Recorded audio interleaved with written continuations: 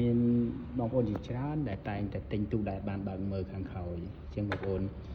ត្រូវតែបើកមើលអានេះ system វាសំខាន់ខ្លាំងកន្លែងនេះ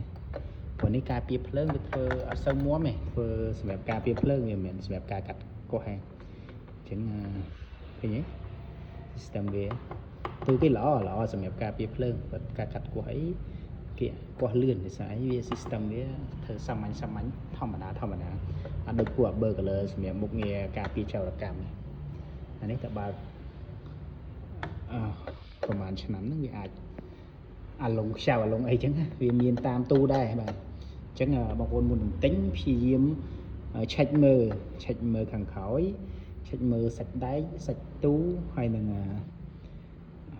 បងប្អូនចង់ដាក់ឯកសារឬក៏ដាក់លុយកាក់ចឹងកន្លែងនេះជាការសំខាន់ដែលពីច្រើនបងប្អូនសូវបានឆែកមើលទូខ្លះឆែកមើលហើយលេងហ៊ានដាក់លុយហើយអរគុណ